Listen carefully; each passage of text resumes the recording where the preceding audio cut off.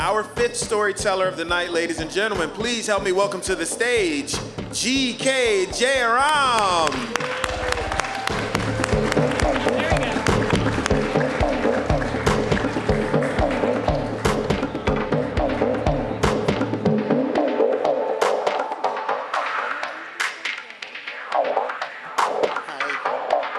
Can you hear me? Do I look like a criminal? Please don't say yes.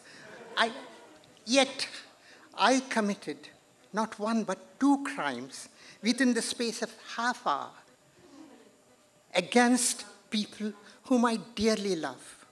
I've come here to confess because someone said confessing cleanses your conscience, cleans your soul. You're all my witnesses. If it doesn't happen, I'll hold you responsible. You see, what happened was, on September 28th, 2021, I turned 80. Yeah. I don't look a day over 79, right? And it's also the day on which 42nd anniversary of the day I proposed to my wife. She's still my wife. So you think it's a very special day, right? But 10 days earlier, my son and my daughter, both in New York, independently of each other, write the following email, which just is, Dad, we won't embarrass you. We know how self-effacing you are. Therefore, we won't make any fuss. Just 2 of us will come home. Mom will cook. We'll have a simple meal, 4 of us. Simple meal. And my wife says, our children are so thoughtful. Thoughtful? Give me a break. I love bashes. The bigger, the better.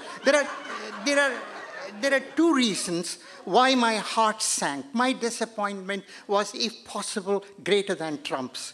Because, you see, because I have always loved bashes. Balloons floating up, confetti coming down, Bollywood dancing, Marilyn Monroe singing, "Happy birthday, dear Jaya." Those of you who are too young, there was a beautiful lady called Marilyn Monroe and a president called Kennedy. So now, there is a second reason. There is a second reason, even more important. Do you know how significant the age of 80 is?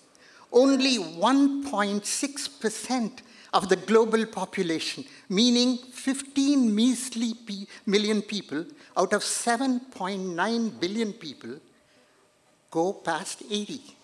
Istanbul, Turkey could accommodate all the 80s and have more space left. Therefore, I was heartbroken, but I cannot. My pride is there. I cannot beg for a bash. So I went to bed, fretting and fuming. And then half hour later, while I'm still fretting, half asleep, I hear tiptoeing out of the room. Who else could it be? Only my wife is there. And and then a crack of light, and then a few moments later, I hear the vague sounds of her voice. And I committed my first cyber crime. You see, it couldn't be, I mean, for a moment I thought a secret lover, a rendezvous at midnight, but, you know, at our age, sleep is far superior to sex. So you know, nothing to be taken out of sex but sleep. And therefore, the first crime I committed, I crept up to the extension phone and picked it up and put it to my ear. You see, I have seen Law and Order. I know there is a click. But my wife has not ordered those earbuds that I have insisted upon, so I knew. So then, as soon as I put the phone in, my heart sank because they were planning a glorious bash, Zoom call, all over the world, Australia, India, Mars, everywhere. And they are so. I said, wow, they are surprising me. Therefore, I am about to keep the phone down, and then again, my heart went kaput because my son said, guys, before you go, remember, we must insist, no gifts, please. I mean, please, any of you, all of you, those who want to be 80 and have a big bash and also have gifts, please raise your hands. Yeah, I mean, you are my kind of people. I love you. And I wish my children had listened to you. Therefore, then I had entered into my criminal career. I waited. I bided my time. My wife came back. Once I thought she was asleep, I tiptoed out now and went to the computer and opened her mail. How? Because we have the same password.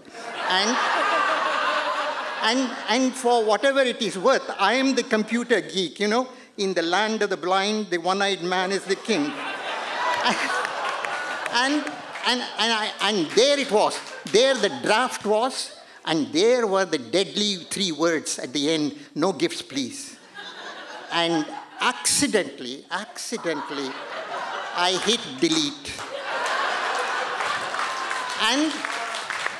And accidentally, I hit send, and when it said undo, I was absent-minded. And the message, the edited message, flew by cyber speed.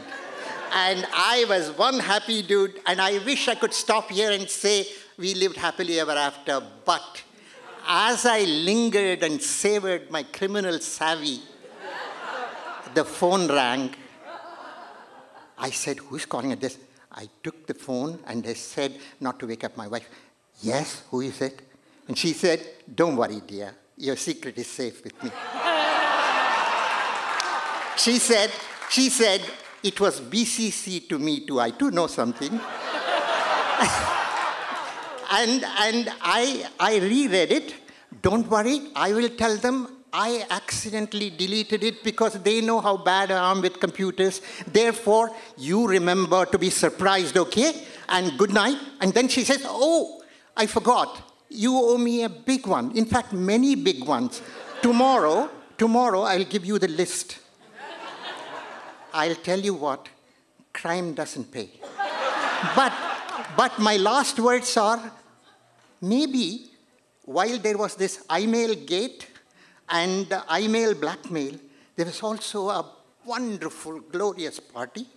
And there were gifts galore, no Mercedes-Benz, but everything else. So maybe I will try the same at 90.